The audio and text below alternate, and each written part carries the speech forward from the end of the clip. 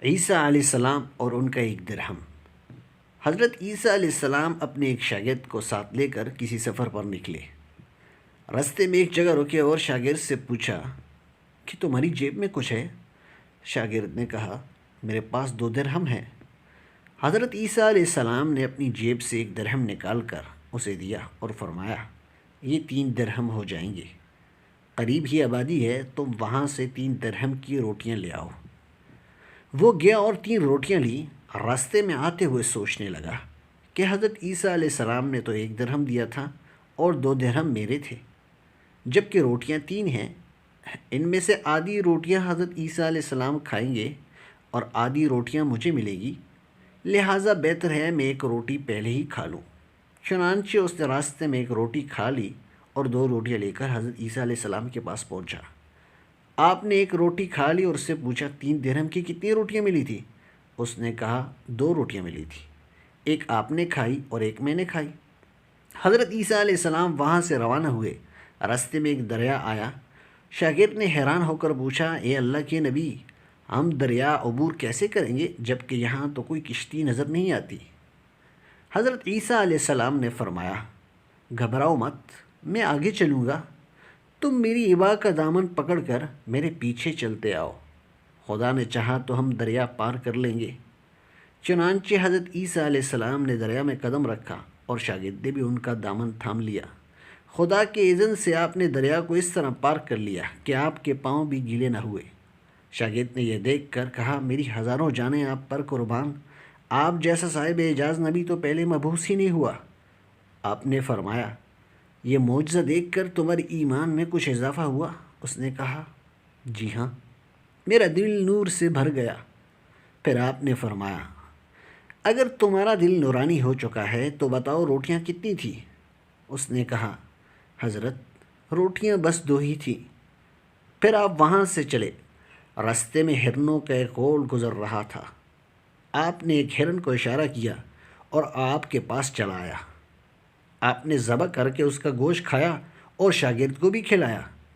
جب دونوں گوشت کھا چکے تو حضرت عیسیٰ علیہ السلام نے اس کی کھال پر ٹھوکر مار کر کہا اللہ کے حکم سے زندہ ہو جا۔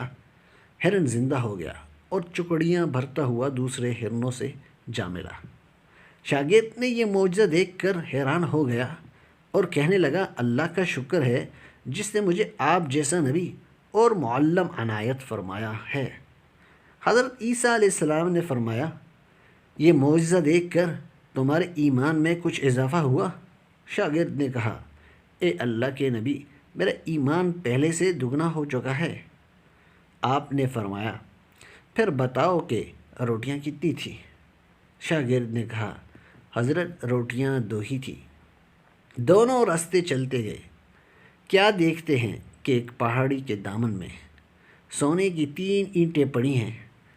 آپ نے فرمایا ایک اینٹ میری ہے اور ایک اینٹ تمہاری ہے اور تیسری اینٹ اس شخص کی ہے جس نے تیسری روٹی کھائی ہے۔ یہ سن کر شاگرد شرمندگی سے بولا حضرت تیسری روٹی میں نے ہی کھائی تھی۔ حضرت عیسیٰ علیہ السلام نے اس لالچی شاگرد کو چھوڑ دیا اور فرمایا 3 اینٹیں تم لے جاؤ۔ یہ کہہ کر حضرت عیسیٰ علیہ السلام وہاں سے روانہ ہو گئے اور لالچی شاگرد اینٹوں کے قریب بیٹھ کر سوچنے لگا انہیں کیسے گھر لے جایا جائے۔ اسی دوران 3 ڈاکو وہاں سے گزر رہے۔ انہوں نے دیکھا کہ ایک شخص کے پاس سونے کی 3 اینٹیں ہیں۔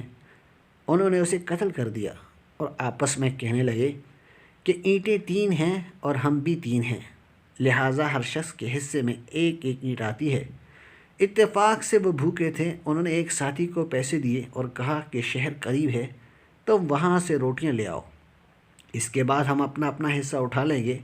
وہ شخص روٹیاں لینے گیا اور دل میں سوچنے لگا اگر میں روٹیوں میں زہر ملا دوں تو دونوں مر جائیں گے اور 3 اینٹیں میری ہو جائیں گی۔